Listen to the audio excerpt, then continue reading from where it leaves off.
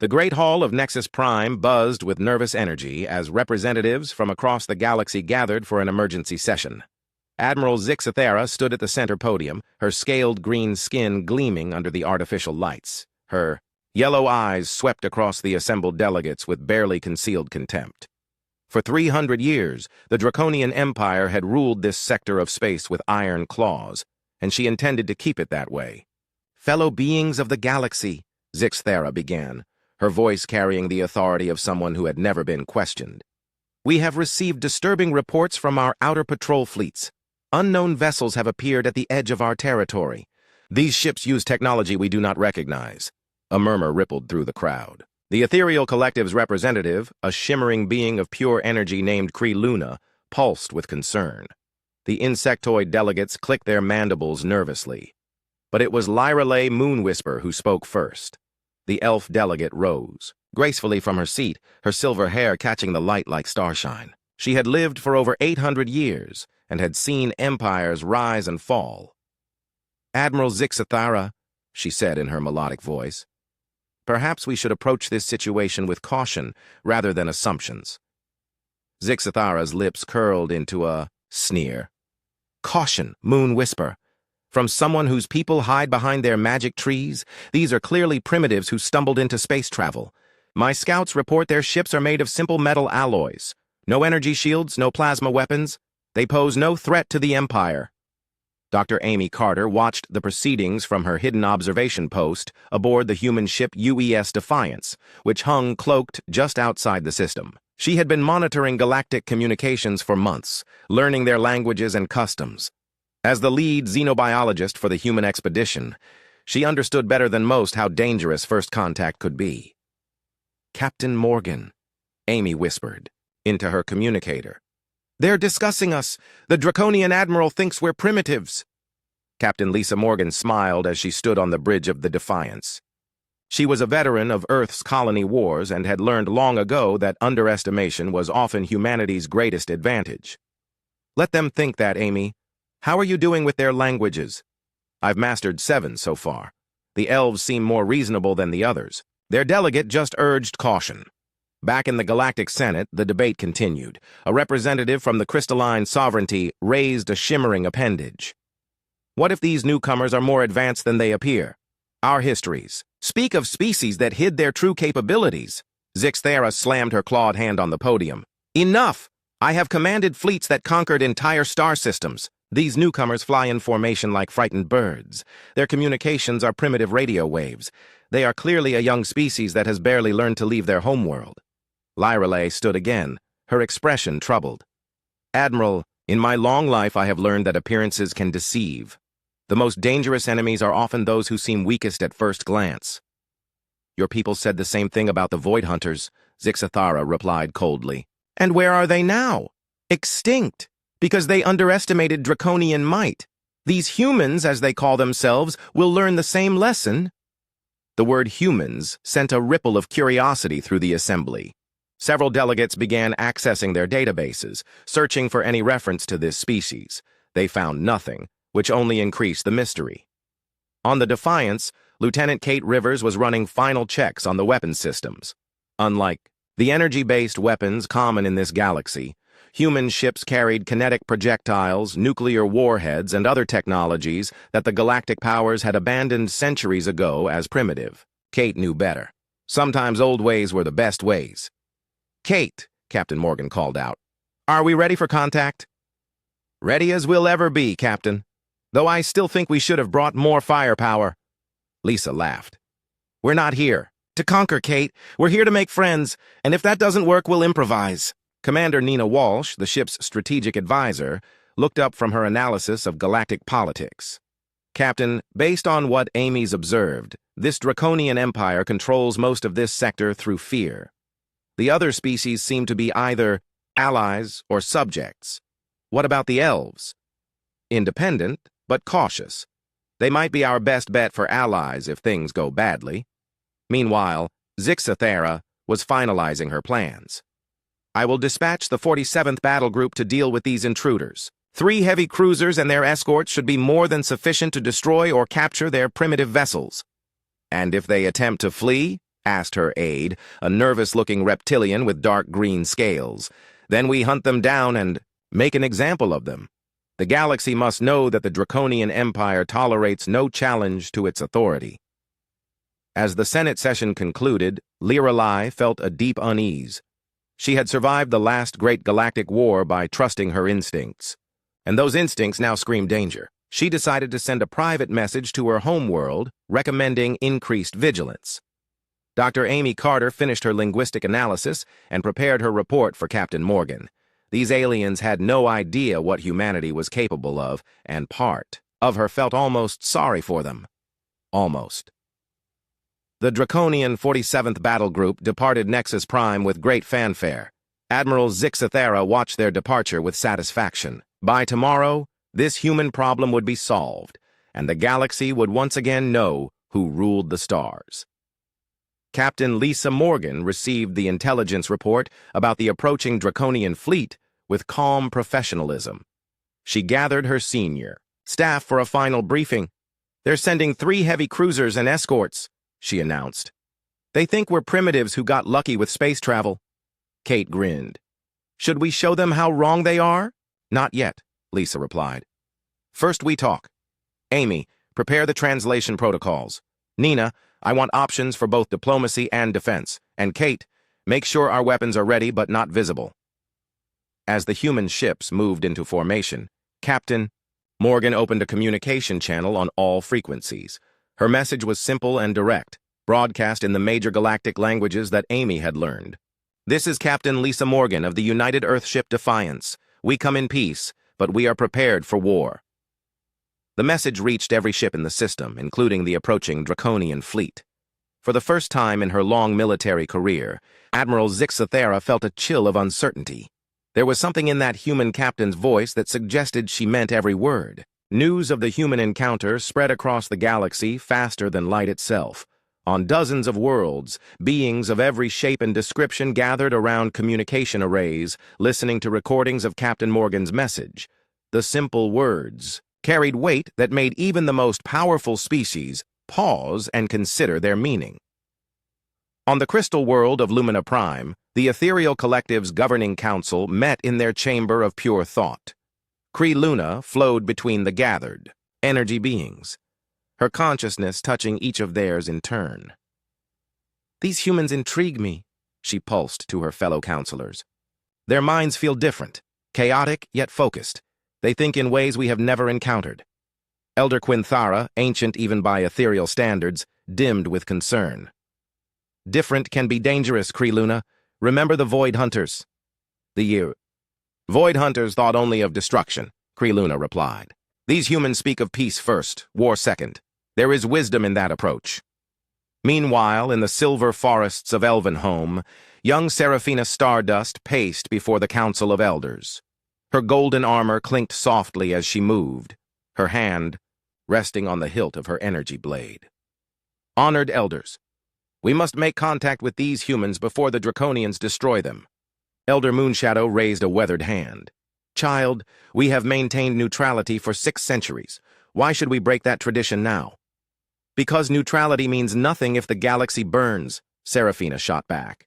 "The Draconians grow stronger every year. These humans might be the allies we need to restore balance." Lirelai Moonwhisper, who had returned from Nexus Prime, spoke quietly. "The young warrior speaks truth. I sensed something in the Draconian Admiral's reaction. She fears these humans more than she admits." Across the galaxy, in the underground cities of Kepler 442b, the insectoid hive queens clicked their mandibles in nervous conference.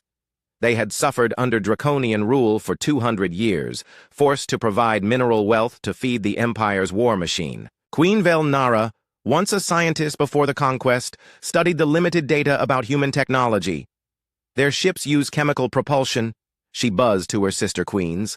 "Primitive by our standards, yet they dare challenge the Empire. Either they are fools, or they know something we do not." Dr. Amy Carter worked tirelessly aboard the Defiance, monitoring communications across dozens of species. Her linguistic training served her well as she decoded message after message. The galaxy was talking, and most of what they said filled her with hope.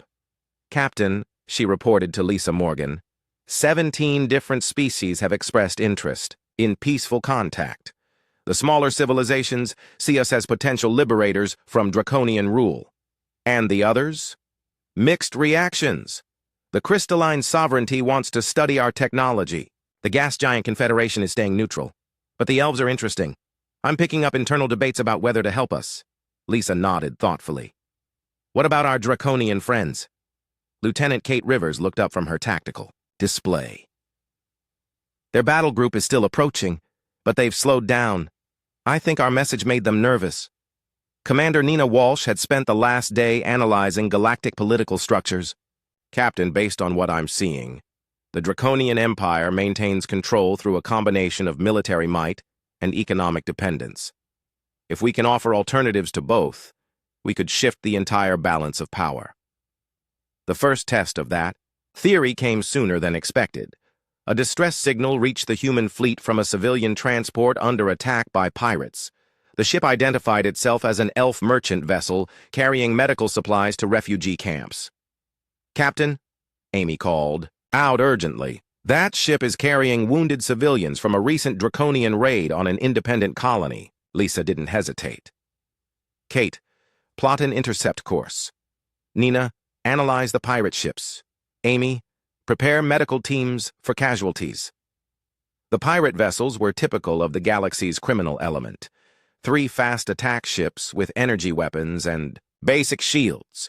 They had been harassing the merchant vessel for 20 minutes when the human ships appeared. Unknown vessels, the pirate leader transmitted.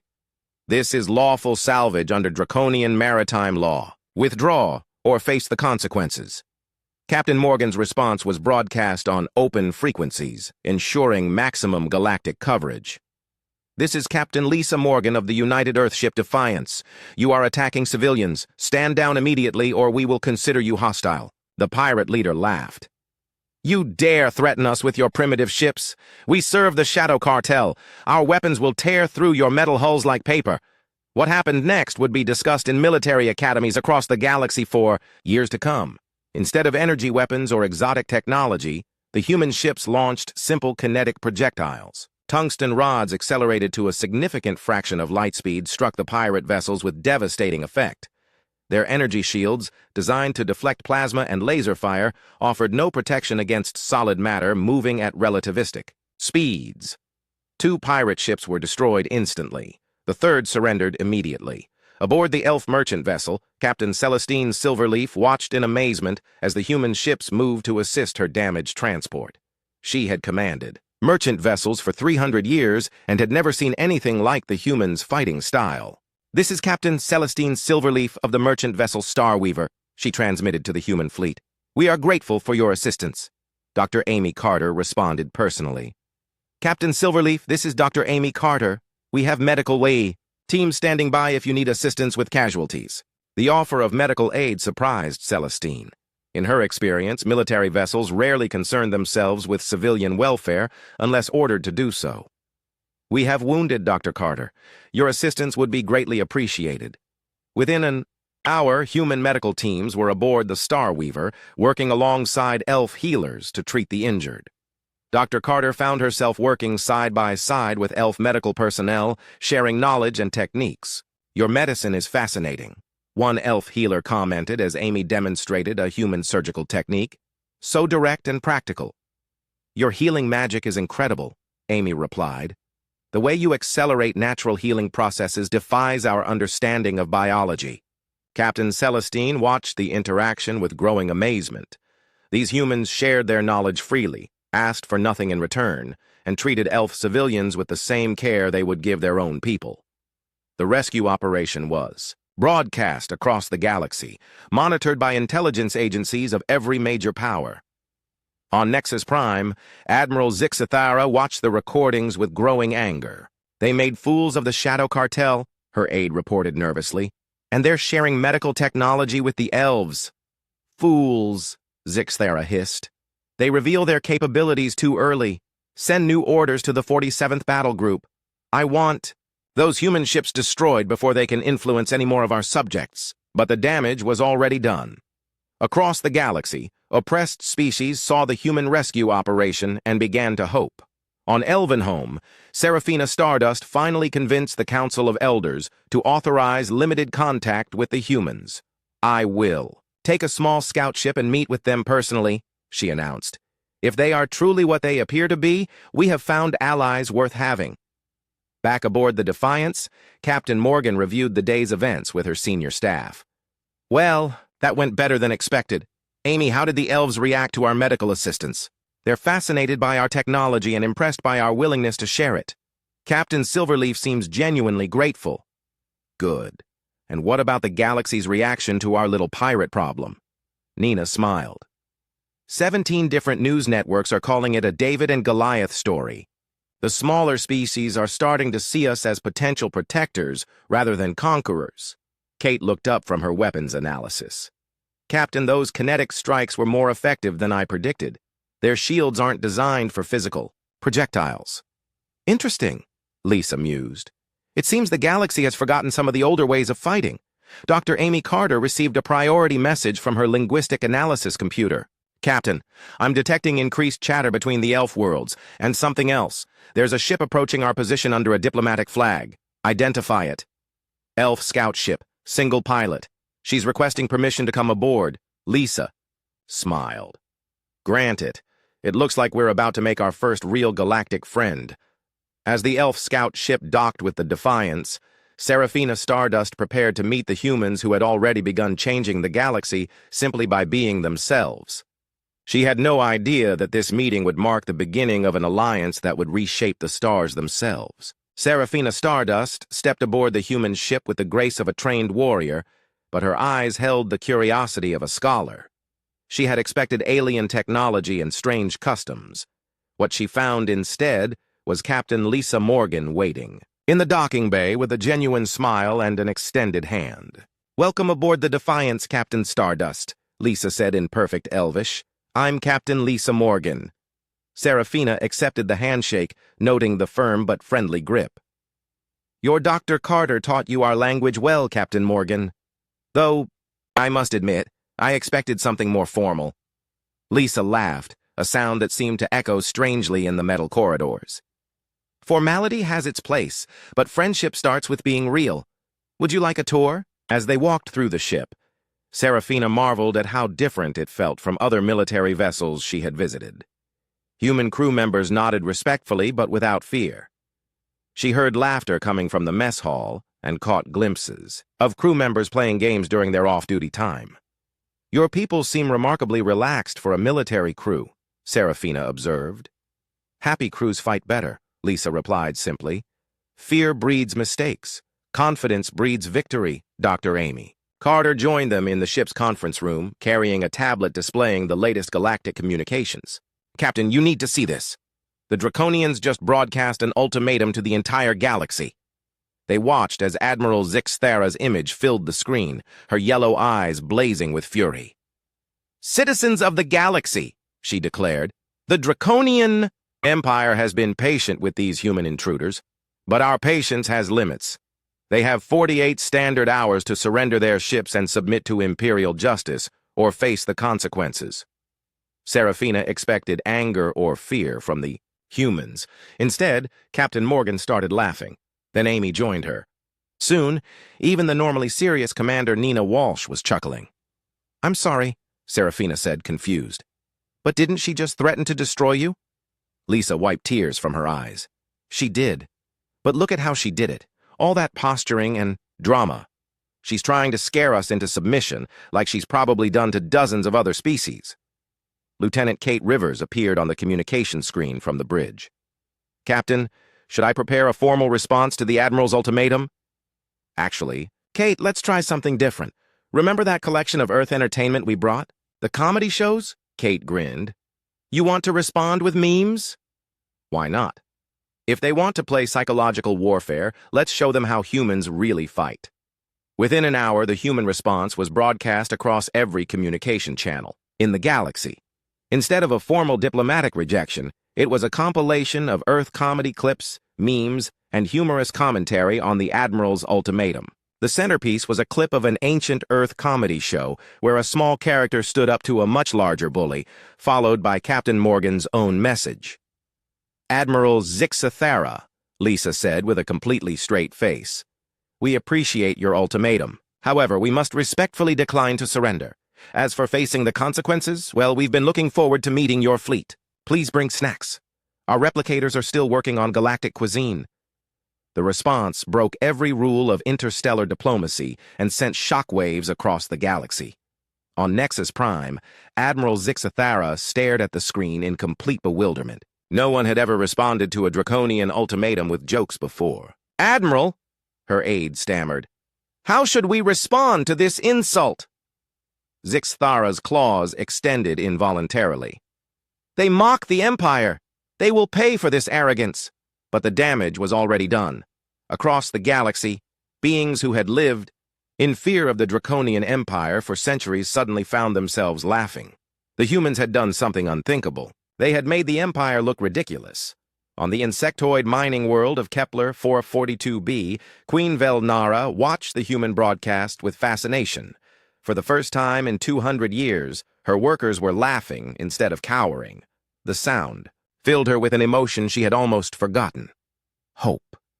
"Sister Queens," she buzzed to her council, "these humans understand something we had forgotten. Fear loses its power when you refuse to be afraid." Back aboard the Defiance, the crew was already working on their next surprise. Kate Rivers had been studying galactic military technology and found it remarkably standardized. "Captain, they've been using the same basic weapons and shield technology for centuries. I think they've forgotten how to innovate." "What do you have in mind?" "Remember the Trojan horse?" Dr. Amy Carter looked up from her communications station. "Captain, we're receiving messages from dozens of species. Some are offering intelligence about draconian military positions. Others want to know if we need supplies or safe harbor. And the Draconians? Radio silence from their military. But their civilian populations are sharing our broadcast faster than their government can stop it." Serafina had been quietly observing the human response to the crisis. "Captain Morgan, may I ask you something?" "Of course." "Why aren't you afraid? The Draconian Empire has conquered entire star systems. Their fleet could destroy this ship in minutes." Lisa sat down across from her new ally. "Serafina, can I tell you about a human concept called David and Goliath?" "Your Dr. Carter mentioned that story earlier. A small shepherd boy faced a giant warrior with nothing but a sling and a stone. Everyone expected the giant to win, but David knew something Goliath didn't." "What was that?" "Size doesn't matter if you can't hit your target." As if to prove her point, Kate's voice came over the intercom. "Captain, the Draconian fleet is moving into attack formation. 3 heavy cruisers and 6 escorts, just like intelligence predicted. Are we ready for our little surprise?" "Ready and waiting, Captain." Lisa turned to Serafina. "Would you like to see how humans fight when we're outnumbered?" On the bridge, the crew moved with practiced efficiency, but instead of grim determination, there was an almost festive atmosphere. Someone had put music on the ship's speakers. Someone else was taking bets on how long the Draconians would take to figure out what was happening. "This is Admiral Korthak of the 47th Battle Group," came the transmission from the approaching fleet. "Human vessels, you are ordered to surrender immediately or be destroyed." Captain Morgan activated the response channel. "Admiral Korthak, this is Captain Morgan. Before we get started, I have to ask, have you seen our latest broadcast? The one with the dancing cat? It's really quite funny." The silence from the Draconian fleet stretched for several seconds. "You dare mock us at the moment of your destruction." "Actually, Admiral, I'm stalling." "Stalling for what?" "For my weapons officer to finish uploading our present to your computer systems." Kate Rivers had spent days studying Draconian communication protocols. Like most galactic civilizations, they had standardized their systems centuries ago and rarely updated them. Human computer viruses, developed during Earth's chaotic digital evolution, tore through their networks like wildfire. Suddenly, every screen on every Draconian ship displayed the same image: a small Earth cat wearing a military uniform with the caption, "Supreme Admiral Fluffy demands your surrender." "What is this?" Admiral Korthak roared. Psychological warfare, draconian style, Lisa replied cheerfully, though we prefer to call it aggressive memeing. While the draconian crews struggled to regain control of their systems, Kate launched the real attack. Instead of targeting their weapons or engines, the humans did something completely unexpected. They hacked the life support systems and replaced the air mixture with a harmless but fast-acting sleeping gas. "Captain," Kate reported, "Draconian crews are falling asleep at their posts. Their ships are dead in space." Dr. Amy Carter was already preparing medical teams. "Should we board them?" "Actually," Lisa said thoughtfully, "let's do something even more surprising. Serafina, how do you think the galaxy would react if we rescued the crews and sent them home with a message?" Serafina stared at her in amazement. "You would spare enemies who came to destroy you?" "Why not? Dead martyrs inspire revenge. Confused enemies who owe you their lives inspire questions." As human medical teams boarded the draconian ships to ensure the sleeping crews were safe, word of the encounter spread across the galaxy at light speed. The humans had defeated a superior force without killing anyone, then saved the lives of those who had come to destroy them. On Elvenholm, the Council of Elders finally reached their decision. "These humans are either the wisest beings in the galaxy," Elder Moonshadow declared, "or the most dangerous. Either way, we need them as allies." Admiral Zix Thera received the report of her fleet's defeat in stunned silence. Not only had the humans won, but they had made her forces look incompetent while doing it. Worse, they had broadcast the entire encounter for the galaxy to see. "Admiral," her aide whispered, "what are your orders?" For the first time in her military career, Zix Thera had no idea what to do next. The humans had changed all the rules of warfare, and she was playing a game she no longer understood. The aftermath of the Draconian fleet's peaceful defeat sent shockwaves through galactic politics that would reshape the balance of power for generations. In her private chambers aboard the Defiance, Captain Lisa Morgan met with an unlikely group of allies who would have been enemies just weeks before. Serafina Stardust sat beside Queen Velnara, the former Draconian scientist who had defected after witnessing human compassion firsthand. Across from them, Kree Luna's energy form pulsed with curiosity as she studied the gathered group. Dr. Amy Carter served as translator, though the universal language of friendship was becoming clear to all. "The Draconian Empire is in chaos," Velnara reported, her insectoid features showing signs of exhaustion. "Admiral Zix Thera has been purging anyone suspected of sympathizing with humans. 3 of my sister queens have been imprisoned for refusing to increase mineral production." Serafina's hand moved instinctively to her weapon. "The Empire grows more desperate. Our intelligence suggests they're preparing to use forbidden weapons." Kree Luna's energy form brightened with concern. "The Ethereal Collective has decided to formally ally with humanity. We offer our consciousness expansion technology to help coordinate your growing alliance." Lisa nodded thoughtfully. "That's generous, but we need to be careful about how fast we move. We don't want to give the Empire an excuse to attack civilian populations." Commander Nina Walsh entered the room carrying a data tablet filled with strategic analyses. "Captain, we've received formal alliance requests from 17 different species. The Elf Confederation, the Crystal Sovereignty, even some of the gas giant civilizations want to join what they're calling the Free Species Alliance." "What about military support?" "That's where it gets interesting," Nina continued. "Each species offers something unique. The elves have incredible stealth technology and magical abilities we barely understand. The crystal beings can create nearly impenetrable shields. The gas giant dwellers have mastery over gravitational fields." Dr. Amy Carter looked up from her communication station. "Captain, we're also receiving requests for human technology.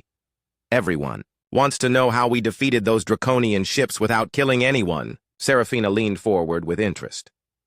"Our military theorists have been studying your tactics. You don't fight like anyone else in the galaxy." "How so?" "Most galactic warfare focuses on destroying enemy ships and crews. You focus on removing their ability to fight while keeping them alive. It's so unusual that no one knows how to counter it." Queen Velnara clicked her mandibles in agreement. "In my time serving the Empire, I saw countless battles. Always victory meant death for the defeated. Your way creates confusion instead of martyrs." The discussion was interrupted by Lieutenant Kate Rivers' voice over the intercom. "Captain, priority transmission from Earth Command." Lisa activated the secure channel, and Admiral Sarah Thompson appeared on the main screen. "Captain Morgan, I've been following your progress with great interest. The President has authorized me to inform you that Earth is officially establishing the Free Species Alliance headquarters on Luna Station." "That's excellent news, Admiral. What about military support?" "The second and third fleets are en route to your position. ETA is 6 days. But Lisa, I have to ask, are you sure about this alliance strategy? We're taking on an empire that's ruled this sector for centuries." Lisa smiled. "Admiral, have you seen the intelligence reports about what's happening on Draconian worlds? Rebellion activity has increased by 400% since your first broadcast," Nina added. "Their own citizens are starting to question Imperial authority." Admiral Thompson looked impressed. "Psychological warfare at its finest. Continue with the alliance building, but be careful. Our long-range sensors show massive Draconian fleet movements. They're preparing something big." After the transmission ended, Kree Luna pulsed with a mixture of excitement and concern. "Captain Morgan, the Ethereal Collective has a proposal. We wish to share our consciousness-linking technology with your alliance." "What would that involve?" "Temporary mental connection between willing participants. It would allow instant communication across vast distances and perfect coordination between different species." Serafina looked intrigued. "Could this allow elf magic users to enhance human technology? Or insectoid efficiency to merge with human creativity?" Velnara added. Lisa considered the implications. "We'd need volunteers from each species for testing, and absolute safeguards to prevent mental intrusion." "Agreed," Kree Luna replied. "The process requires complete trust between participants." Dr. Amy Carter had been quietly analyzing communication patterns across the galaxy. "Captain, something interesting is happening. Civilian populations on Draconian worlds are starting to bypass official communication channels. They're creating their own networks to share human broadcasts." "The memes are spreading?" Kate's voice came from the bridge, barely containing laughter. "It's more than that," Amy continued. "They're creating their own versions. Draconian civilians are making jokes about their own government. Some are even adopting human-style names as signs of rebellion." Queen Velnara's compound eyes showed amazement. "On my homeworld, workers have been singing human songs while they labor. The overseers don't know how to stop it without shutting down production entirely." Serafina stood and began pacing, her military mind working through possibilities. "If we could coordinate these rebellion movements with our alliance forces, we could liberate entire systems without firing a shot." "Dangerous thinking," Nina warned. "The Empire might resort to destroying their own colonies rather than lose them." "Then we need to move faster," Lisa decided. "Amy, prepare a broadcast for the entire galaxy. It's time to make our intentions completely clear." Within hours, the most watched transmission in galactic history went live. Captain Lisa Morgan stood before a backdrop showing representatives from every alliance species working together. "Citizens of the galaxy," she began, speaking in multiple languages simultaneously. "The Free Species Alliance offers a simple choice: freedom or tyranny, democracy or dictatorship, hope or fear." Behind her, Serafina demonstrated elf magic enhancing human technology. Velnara showed how insectoid efficiency could be combined with human innovation. Kree Luna's energy form danced between crystal formations created by the crystalline sovereignty. "We don't seek to conquer," Lisa continued. "We seek to liberate. Every being deserves the right to choose their own destiny. Every species deserves the chance to grow and thrive without fear." The broadcast concluded with something that would become the Free Species Alliance anthem, a simple human song about hope, translated into every galactic language and sung by volunteers from dozens of species. On Nexus Prime, Admiral Zixathera watched the broadcast with growing rage. Her advisors cowered as she destroyed furniture with her claws. "They're turning our own subjects against us," she hissed. "How many ships do we have left?" "The Grand Fleet still numbers over 300 vessels, Admiral, but crew morale is problematic." "What do you mean, problematic?" "Some crews are refusing to fire on civilian targets. Others are requesting transfers to non-combat duties. A few ships have reported mechanical problems that our engineers can't verify." Zixthara realized with growing horror that the human virus was affecting more than just computer systems. It was infecting the very foundation of Imperial authority. "Prepare the dreadnought fleet," she ordered. "We end this now, before the infection spreads further." But it was already too late. Across the galaxy, the seeds of rebellion had been planted not with weapons or threats, but with something far more powerful: the simple idea that things could be better. On the distant elf world of Moonhaven, Lyrale Moonwhisper received reports from her agents throughout the galaxy. The old order was crumbling, and something new was being born.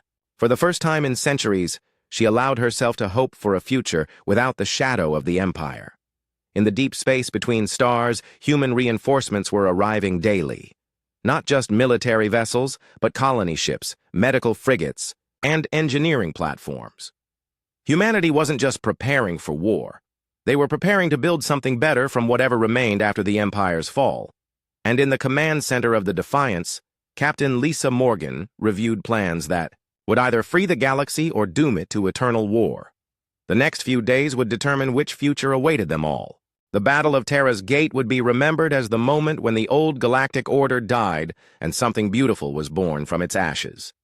Captain Lisa Morgan stood on the bridge of the Defiance, watching as the largest fleet in recorded history assembled around humanity's newest colony.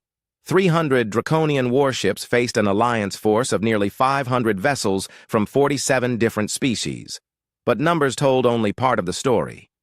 Where the Imperial fleet moved in rigid formation, the Alliance ships danced between each other in patterns that seemed chaotic, but were actually perfectly coordinated. "All ships report ready, Captain," Commander Nina Walsh announced. "The Consciousness Link network is functioning perfectly." Through Kree Luna's technology, every Alliance captain could feel the thoughts and intentions of their allies. Elf intuition merged with human tactical thinking. Crystalline precision enhanced insectoid efficiency. It was unlike anything the galaxy had ever seen. Admiral Zixathera broadcast her final ultimatum from the bridge of her flagship, the massive dreadnought Eternal Dominion. "Rebels and traitors, you face the full might of the Draconian Empire. Surrender now, and your deaths will be swift."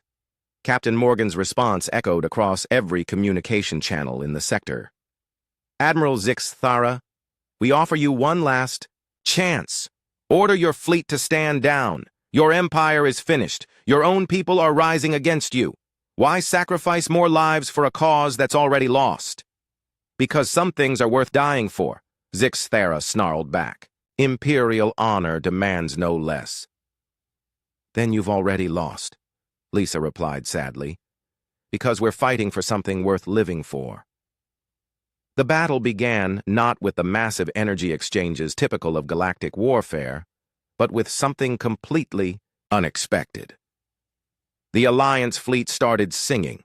The same simple song of hope they had broadcast across the galaxy, now sung by hundreds of different species in perfect harmony. "They mock us even now," Zixathera raged. "All ships, open fire!" The Imperial fleet unleashed a devastating barrage of plasma and laser fire that should have crippled the Alliance vanguard. Instead, the attacks struck crystalline shields that bent and redirected the energy harmlessly into space. Behind those shields, elf magic users worked frantically to enhance the crystal formations, while human engineers fed them targeting data. Lieutenant Kate Rivers led the counterattack with typical human innovation. Instead of matching the Draconians' energy weapons, her ships launched waves of kinetic projectiles enhanced with elf magic. The bullets passed through the Imperial shields as if they weren't there, striking precisely calculated non-vital systems. "Impossible," Admiral Zixathera breathed, as her fleet began losing power and weapons without suffering significant casualties. "How are they penetrating our defenses?" Queen Velnara answered from her position aboard the Alliance command ship. "Because we know your technology better than you do, Zixathera. I helped design those shields 20 years ago." The Admiral's yellow eyes widened in shock. "Velnara, you're supposed to be dead." "I got better," the former Imperial scientist replied dryly. "And I brought friends." Across the battlefield, a miracle was occurring. Imperial ships found their weapons disabled, their engines offline, their life support functioning perfectly. Draconian crews faced a choice: continue fighting with no hope of victory, or surrender to enemies who had repeatedly shown mercy. The first defection came from the light cruiser Swift Vengeance. Alliance Fleet. This is Captain Korthak requesting permission to surrender. We will not fire on civilians any longer. Welcome to the Alliance, Captain, Lisa responded warmly. Medical teams are standing by if you have casualties. Within an hour, half the Imperial fleet had either surrendered or powered down their weapons. The remaining ships clustered around Admiral Zix Thara's flagship, still loyal to the woman who had led them for decades. Admiral, her aide whispered desperately, our position is hopeless. Perhaps we should consider negotiation. Zix Thara's claws extended as she prepared to strike down the traitor. Then she saw something that stopped her cold.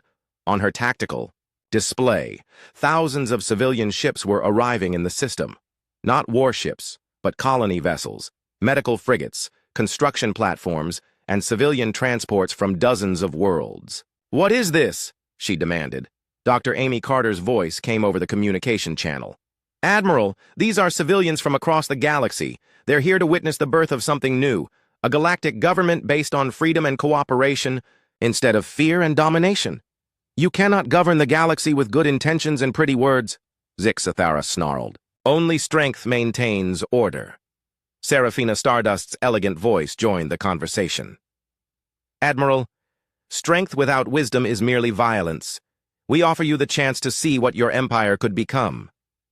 The final act of the battle was not a military engagement, but a moment of pure human audacity.